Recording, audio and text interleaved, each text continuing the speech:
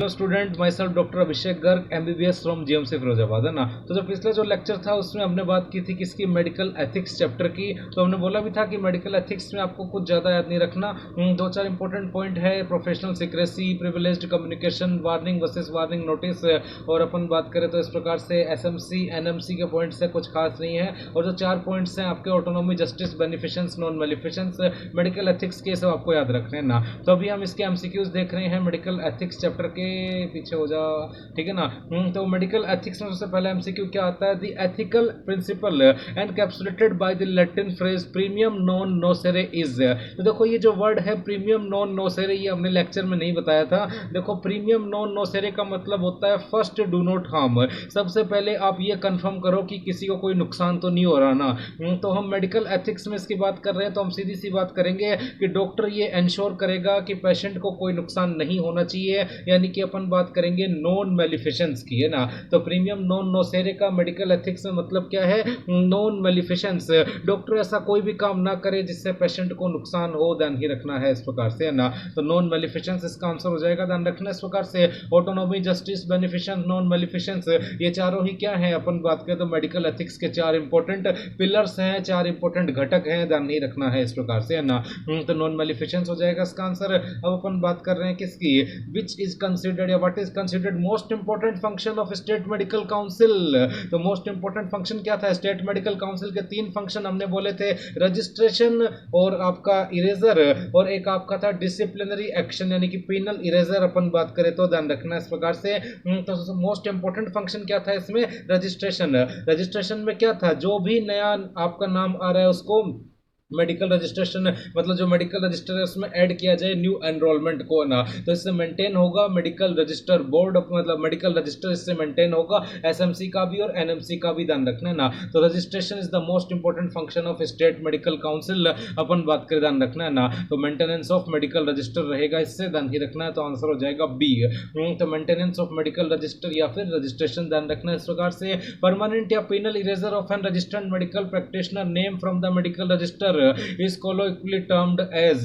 तो परमानेंटली किसी का नाम हटा देना, तो इसे क्या कहते हैं अपन, उसके प्रोफेशन की डेथ हो गई, ध्यान रखना इस प्रकार से, that is professional death sentence. तो इसका आंसर क्या हो जाएगा, प्रोफेशनल डेथ सेंटेंस। अपन बात करें तो ध्यान रखना है प्रोफेशन की ही डेथ कर दिया आपने, ध्यान ही रखना है इस प्रकार से, है ना। तो प्रोफेशनल डेथ सेंटेंस इसका आंसर हो जाएगा। बारिश हो रही है आपके सामने, वर्ड्स की अपन बात करें तो ध्यान रखना है इस प्रकार से, है ना। तो प्रोफेशनल डेथ सेंटेंस अपन बात करें तो ध्यान ही रखना है, इसको हटा देते हैं अब। तो अब अपन बात कर रहे हैं किसकी, that is if a registered medical practitioner dissatisfied with the disciplinary action of the state medical council the first appeal lies to the. तो मैंने बात अपन ने क्या बात की इस प्रकार से, स्टेट मेडिकल काउंसिल ने एक कमेटी बिठाई है ना, उस कमेटी ने इंक्वायरी की डॉक्टर्स की, और फिर बाद में उस इंक्वायरी में क्या प्रूव होता है कि डॉक्टर ने सच में अपराध किया है। तो अब अपन बात करें तो वो जो है डॉक्टर का नाम लाइसेंस कैंसिल करेगी एसएमसी। तो डॉक्टर उसके खिलाफ सबसे पहले कहां पे अपील करेगा, तो एसएमसी के खिलाफ सबसे पहले अपील होती है ईएमआरबी में, और ईएमआरबी के खिलाफ बाद में अपील कहां पे होगी, एनएमसी में, ध्यान रखना इस प्रकार से। तो फर्स्ट अपील कहां पे होगी, ईएमआरबी में, ethics and medical registration board में अपन बात करें तो ना। तो फर्स्ट अपील की जाएगी ethics and medical registration board में, ध्यान रखना इस प्रकार से। फिर अगला जो क्वेश्चन इन्होंने पूछा है, इन्होंने बोला कि जब ईएमआरबी ने भी क्या बोल दिया कि डॉक्टर ने वाकई में अपराध किया है, ईएमआरबी ने भी एक्विटेड नहीं किया डॉक्टर को, एक्विटेड मतलब अपराध मुक्त। तो अगर ईएमआरबी ने भी डॉक्टर को एक्विटेड नहीं किया, तो अब सेकंड अपील कहां पर होगी, तो वो होगी एनएमसी में, ध्यान रखना इस प्रकार से। नेशनल मेडिकल काउंसिल में अपन बात करें तो ध्यान रखना है ना, तो एनएमसी में अपील करेगा फिर डॉक्टर नेशनल मेडिकल काउंसिल में, ध्यान रखना इस प्रकार से। तो फर्स्ट अपील एसएमसी के खिलाफ ईएमआरबी में, और सेकंड अपील एनएमसी में, ध्यान रखना इस प्रकार से, है ना। तो अब अपन बात कर रहे हैं ऑटोनोमस बोर्ड है under NMC is responsible for grant permission to establish new medical college, है ना। तो एनएमसी के चार बोर्ड आपके सामने हैं, UG, MEB, PG, MEB, EMRB और एमएआरबी। तो न्यू मेडिकल कॉलेज का परमिशन कौन देता है, that is medical assessment and rating board, MARB. Undergraduate वाला तो क्या करेगा, डिसाइड करेगा कि अंडर ग्रेजुएट एग्जामिनेशन क्या होगा, कोर्स क्या होगा, इंफ्रास्ट्रक्चर क्या होगा मेडिकल कॉलेज का, फैकल्टी के लिए नियम्स क्या होंगे। सेम पोस्ट ग्रेजुएट वाला पोस्ट ग्रेजुएट कोर्स के लिए करेगा। ईएमआरबी तो मेंटेन करेगा नेशनल मेडिकल रजिस्टर को, और एमएआरबी डिसाइड करेगा नए मेडिकल कॉलेज को परमिशन देनी है कि नहीं देनी, और अगर कोई पुराना मेडिकल कॉलेज उसमें प्रॉपर इंफ्रास्ट्रक्चर और स्टैंडर्ड गाइडलाइंस फॉलो नहीं हो रही है तो उसको हटा भी सकता है एमएआरबी, उसकी लाइसेंस कैंसिल कर सकता है एमएआरबी, ध्यान रखना है इस प्रकार से। मेडिकल कॉलेज से संबंधित बातों को कौन देखेगा, एमएआरबी, ध्यान रखना है इस प्रकार से ना। तो अब अपन बात कर रहे हैं मेडिकल डिग्री जो कि फॉरेन यूनिवर्सिटी ने दी है उसको एनएमसी के कौन से शेड्यूल में लिस्टेड किया जाएगा। अपन ने बोला भी था इंडियन यूनिवर्सिटी के द्वारा दी गई डिग्रियों को फर्स्ट शेड्यूल में, फॉरेन यूनिवर्सिटी के द्वारा दी गई डिग्रियों को सेकंड शेड्यूल में, और जो फर्स्ट शेड्यूल में नहीं है वो थर्ड के पार्ट 1 में, और जो सेकंड शेड्यूल में नहीं है वो थर्ड के पार्ट 2 में। फोर्थ शेड्यूल तो कुछ होता ही नहीं है। तो ध्यान रखना फॉरेन यूनिवर्सिटी की पूछा है तो क्या आंसर हो जाएगा, सेकंड शेड्यूल, ध्यान रखना इस प्रकार से। तो इसका आंसर हो जाएगा सेकंड शेड्यूल यानी कि बी।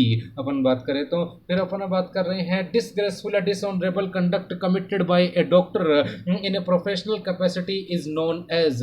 तो एनी डिसग्रेसफुल या dishonourable act is committed by a doctor in a professional capacity is known as professional misconduct या फिर इनफेमस कंडक्ट। अपन बात करें तो ध्यान रखना है तो आंसर हो जाएगा इसका सी, प्रोफेशनल मिसकंडक्ट या फिर इनफेमस कंडक्ट, ध्यान ही रखना है इस प्रकार से नाम। तो डॉक्टर ने अपने प्रोफेशन के साथ कुछ गलत काम कर दिया उसे कहेंगे प्रोफेशनल मिसकंडक्ट या फिर इनफेमस कंडक्ट, ध्यान ही रखना है। अपॉइंटिंग टोट्स या agents to procure patients on commission basis falls. सीधी सी बात है, एजेंट्स को या फिर कोई टोट्स मतलब किन्हीं लोगों को अपॉइंट करना, अपन बात करें तो कि वो पेशेंट्स को लेकर के आए ना, मेरा ये थोड़ा तकिया कलाम टाइप ही है, अपन बात करें ना तो ध्यान रखना है इस प्रकार से, सॉरी इसके लिए। मैंने क्या बोला कि एजेंट्स को रख लेना पेशेंट्स को खींचने के लिए ना। मान लो पेशेंट किसी दूसरे हॉस्पिटल में गया इलाज करवाने के लिए, वहां पे आपका कोई एजेंट बैठा है जो उस हॉस्पिटल से पेशेंट को आपके हॉस्पिटल में रेफर कर दे, तो और आप उस बदले में उस जो बंदा है जिसने आपके हॉस्पिटल में पेशेंट रेफर किया है उसको जो है कमीशन दे रहे हो आप ना। तो ध्यान रखना क्या है, ये किस चीज का वो है, मतलब अपराध है ये, ध्यान रखना है ना। प्रोफेशनल मिसकंडक्ट है ये, ध्यान रखना इस प्रकार से ना। कमीशन नहीं दे सकता डॉक्टर किसी भी एजेंट्स को रेफर करवाने के लिए पेशेंट, ध्यान रखना इस प्रकार से, और खुद भी कमीशन ले भी नहीं सकता दूसरे हॉस्पिटल में रेफर करने के लिए ना। तो प्रोफेशनल मिसकंडक्ट के अंदर आते हैं ये इनफेमस कंडक्ट है सारे, ध्यान रखना इस प्रकार से ना। तो ये प्रोफेशनल मिसकंडक्ट या इनफेमस कंडक्ट है, ध्यान ही रखना है इस प्रकार से। अब अपन बात कर रहे हैं किसकी, वार्निंग नोटिस की, जो एक रजिस्टर्ड मेडिकल प्रैक्टिशनर को दिए जाते हैं eight the time of registration, और कौन देता है उन्हें, एसएमसी देता है। तो वो क्या होता है वार्निंग नोटिस, एक इनकम्प्लीट लिस्ट है, ध्यान रखना है ना, कंप्लीट लिस्ट नहीं होती वो, उसको समय समय पर अपडेट किया जाता है। आपको जो लिस्ट दी गई है आपके जूनियर को अलग लिस्ट होगी, उससे जूनियर को अलग लिस्ट होगी, ध्यान रखना इस प्रकार से ना। समय समय पर अपडेट होती रहती है लिस्ट, लेकिन इनकम्प्लीट लिस्ट होती है। किसकी लिस्ट है ये, list of infamous conduct act या प्रोफेशनल मिसकंडक्ट, जो भी काम होते हैं गलत काम जो डॉक्टर को नहीं करने चाहिए उनकी एक लिस्ट होती है, इनकम्प्लीट लिस्ट होती है जिसको समय समय पर अपडेट किया जाना चाहिए, ध्यान रखना इस प्रकार से है ना। तो इसका आंसर हो जाएगा B, an incomplete list updated regularly.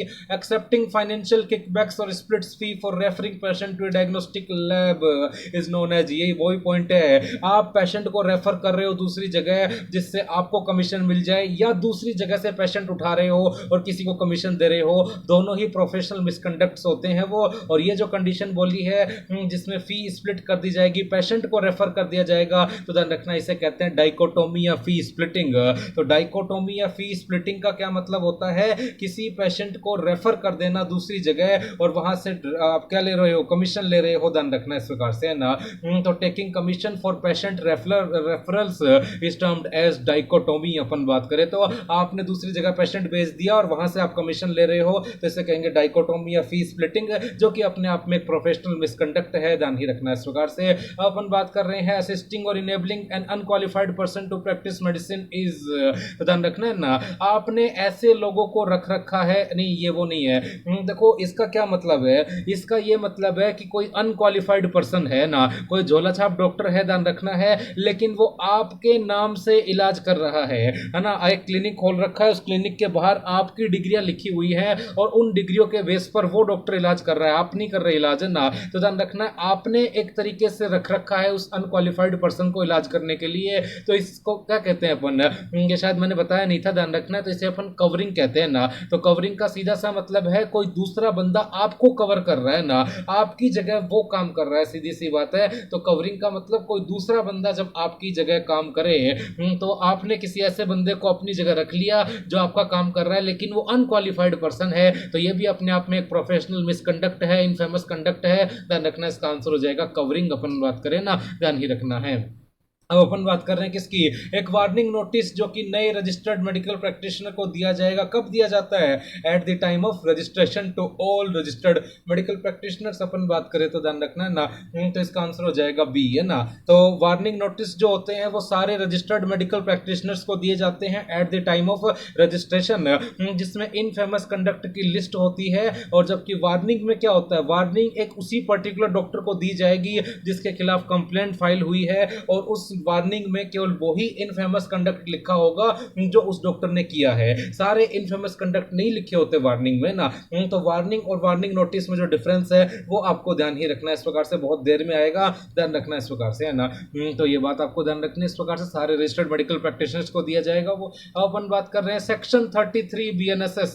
तो सेक्शन 33 बीएनएसएस क्या कहता है कि डॉक्टर को पुलिस को इन्फॉर्म करना ही पड़ेगा अगर अपन बात करें तो कोई क्राइम उसने होते हुए देख लिया या उसको क्राइम होने का संदेह है। और सिर्फ डॉक्टर कोई नहीं, कोई भी नॉर्मल पब्लिक जिसने अपन बात करें कोई भी क्राइम होते हुए देखा, को आप ही हो, आप एक आम इंसान हो, किसी भी नॉर्मल पब्लिक ने कोई क्राइम होते हुए देख लिया या क्राइम का संदेह है उसको, तो उसको नियरेस्ट पुलिस स्टेशन में जो है फाइल कंप्लेंट करनी पड़ेगी, ध्यान रखना है। तो इसे अपन कहते हैं प्रिविलेज्ड कम्युनिकेशन, कम्युनिटी बेनिफिट के लिए किया जाता है, ये ध्यान रखना, क्योंकि समाज का भला है, इसमें ध्यान ही रखना इस प्रकार से ना।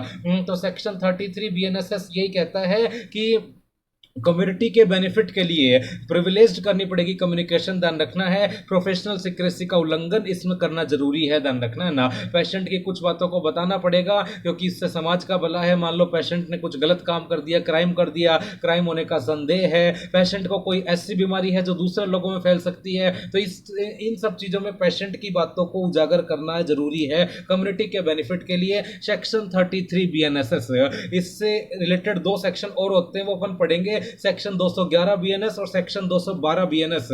वो बीएनएस है, ये बीएनएसएस है, तो वो अपन duties of a doctor in a case of poisoning वाले चैप्टर में पढ़ेंगे। Section 211 212, doctor fails to inform police, doctor gives false information to the police, अपन बात करें तो वहीं देखेंगे, ध्यान रखना ना। डॉक्टर ने पुलिस को बुलाया नहीं, बुला के गलत इंफॉर्मेशन दे दी, तो सेक्शन 211 12 आते हैं, उसमें ध्यान रखना है ना। तो वो अपन वहां देखेंगे, ध्यान ही रखना इस प्रकार से। तो सेक्शन 33 बीएनएसएस ध्यान ही रखना है। अब अपन बात कर रहे हैं किसकी, that is in a patient files a medical negligence case against a doctor disclosing relevant medical code records in courts is permitted under। तो ध्यान रखना ना, किसी पेशेंट ने डॉक्टर के खिलाफ मेडिकल नेग्लिजेंस केस फाइल कर दिए ना, मेडिकल नेग्लिजेंस केस, अगला लेक्चर जस्ट आ रहा है मेडिकल नेग्लिजेंस का ही। तो ध्यान रखना, मेडिकल नेग्लिजेंस का मतलब होता है डॉक्टर के द्वारा की जाने वाली लापरवाही। तो किसी पेशेंट ने डॉक्टर के ऊपर यह आरोप लगाया कि इसने मेरे साथ काम करते समय कुछ लापरवाही की है, तो अब डॉक्टर जो है पेशेंट की कुछ बातों को उजागर कर रहा है कोर्ट रूम में। तो वो क्या है, वो है सेल्फ इंटरेस्ट या सेल्फ डिफेंस। खुद को बचाने के लिए डॉक्टर पेशेंट की बातों को खोल रहा है, तो वो मतलब अलाउड होता है, इसमें कोई क्राइम नहीं है। तो सेल्फ इंटरेस्ट या सेल्फ डिफेंस में डॉक्टर पेशेंट की कॉन्फिडेंशियलिटी को डिस्क्लोज कर सकता है, ध्यान रखना इस प्रकार से ना। तो सेल्फ इंटरेस्ट या सेल्फ डिफेंस हो जाएगा, ये ध्यान ही रखना है। सेल्फ इंटरेस्ट या सेल्फ डिफेंस में आप पेशेंट की बातों को डिस्क्लोज कर सकते हो, ध्यान ही रखना इस प्रकार से, अगर पेशेंट ने मेडिकल नेग्लिजेंस केस आपके ऊपर फाइल किया है तो ना।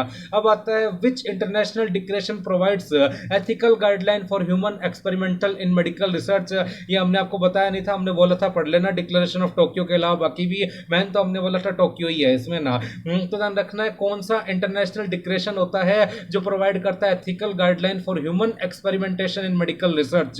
कोई भी मेडिकल रिसर्च चल रही है उसमें ह्यूमन के ऊपर आप एक्सपेरिमेंट कर सकते हो, ये गाइडलाइन कौन सा डिक्लेरेशन डिक्लेरेशन देता है तो डिक्लेरेशन ऑफ हेलसिंकी आता है यहाँ पे, इसको याद रख सकते हो, ध्यान रखना। डिक्लेरेशन ऑफ हेलसिंकी अपन बात करें तो ना, तो डिक्लेरेशन ऑफ हेलसिंकी क्या कहता है कि ह्यूमन को सब्जेक्ट बनाया जा सकता है मेडिकल रिसर्च में, ध्यान ही रखना इस प्रकार से ना।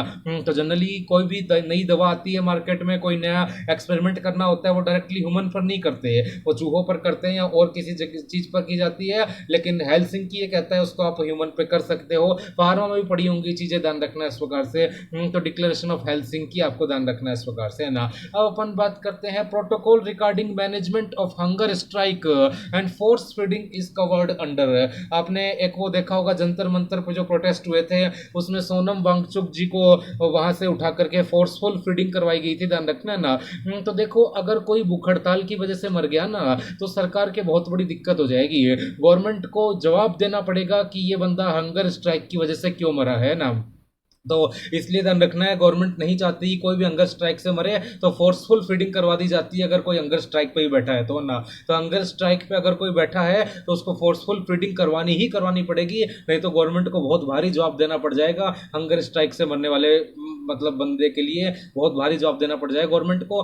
तो कौन सा डिक्लेरेशन है ये, तो आपने देखा भी होगा सोनम वांगचुक जी को करवाई गई थी फोर्सफुल फीडिंग, है ना, जंतर मंतर से उठा लिया गया था उनको। तो डिक्लेरेशन ऑफ माल्टा होता है, ये ध्यान रखना इस प्रकार से। तो डिक्लेरेशन ऑफ माल्टा क्या कहता है कि फोर्सफुल फीडिंग करवानी पड़ेगी हंगर स्ट्राइक विक्टिम को, ध्यान ही रखना इस प्रकार से। किसी भी हालत में उसकी डेथ नहीं होनी चाहिए, ध्यान रखना इस प्रकार से, है ना। तो डिक्लेरेशन ऑफ माल्टा अपन बात करें तो ध्यान रखना है, ठीक है ना। तो अब अपन बात कर रहे हैं किसकी, maximum fine for illegal use of the red cross emblem.